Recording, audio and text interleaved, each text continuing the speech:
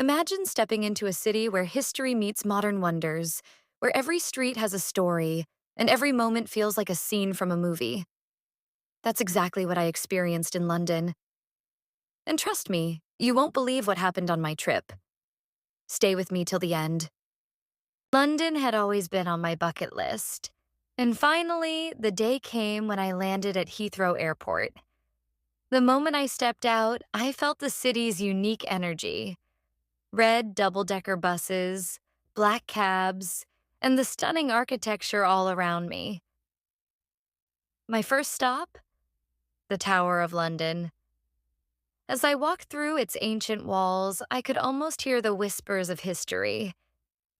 Standing near the crown jewels, I realized how much power and mystery this place holds.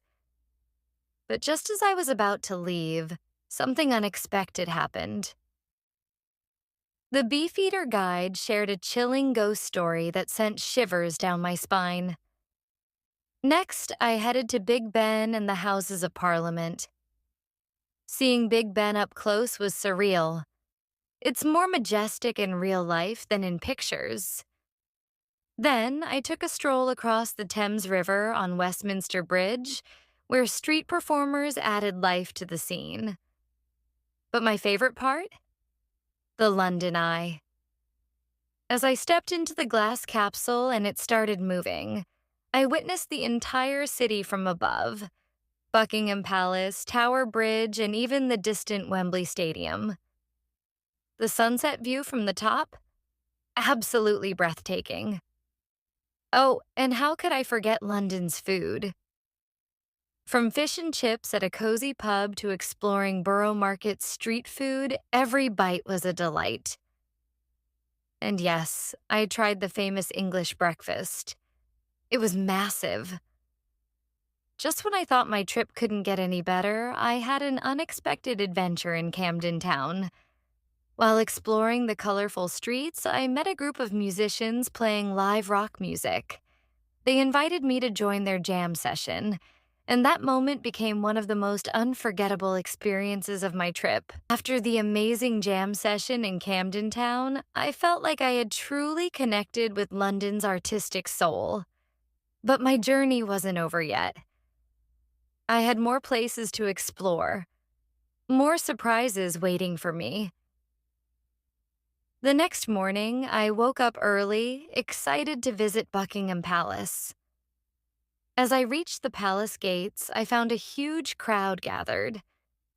At first, I didn't understand why. Then I realized I had arrived just in time for the changing of the guard.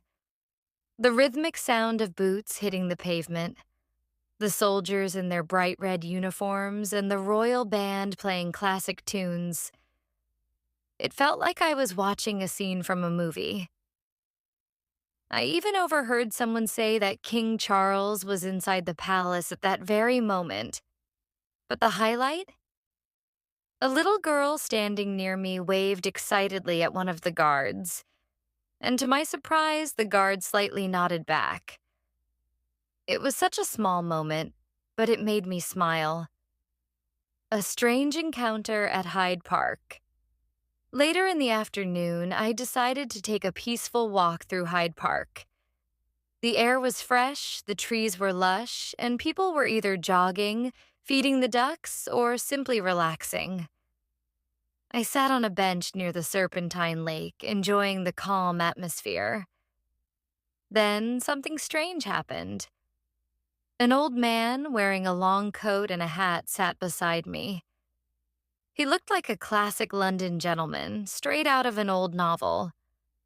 After a few moments of silence, he turned to me and said, "You know, this city keeps secrets that most people never notice."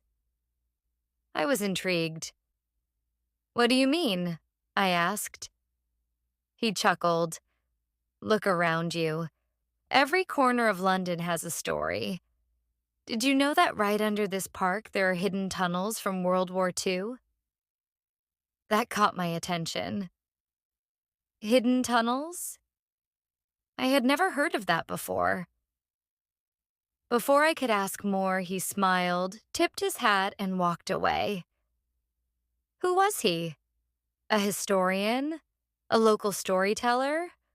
Or just someone who loved adding mystery to a stranger's day? I'll never know, but his words stayed with me.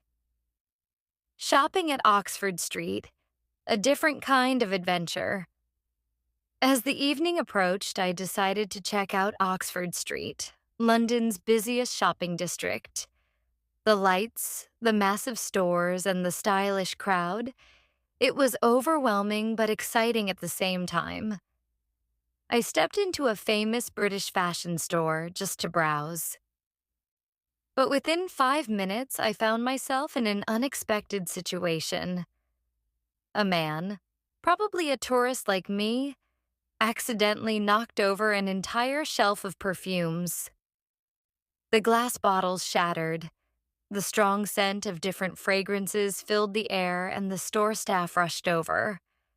The man looked embarrassed, so I helped him pick up the unbroken bottles.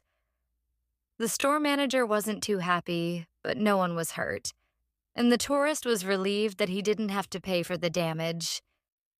As we left the store, he turned to me and laughed. Well, that's one way to make a memory in London. Final night in London, a magical ending. On my last night in the city, I wanted to see Piccadilly Circus, the heart of London's nightlife.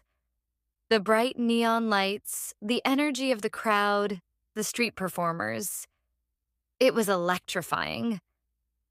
I grabbed a quick snack, sat near the Eros fountain, and just took it all in. London had given me everything. History, adventure, surprises, and even a little mystery. And then, as if the city wanted to give me one last unforgettable moment, I saw something incredible. A group of dancers set up a mini performance right in the middle of the square. The music started, and they danced with such energy and passion that the whole crowd stopped to watch. I realized something at that moment. London isn't just a place. It's a feeling. A feeling of excitement, of endless stories, of unexpected adventures waiting at every corner. Remember, London is more than just a city. It's an experience. And trust me, if you ever get the chance to visit, grab it. Have you ever been to London?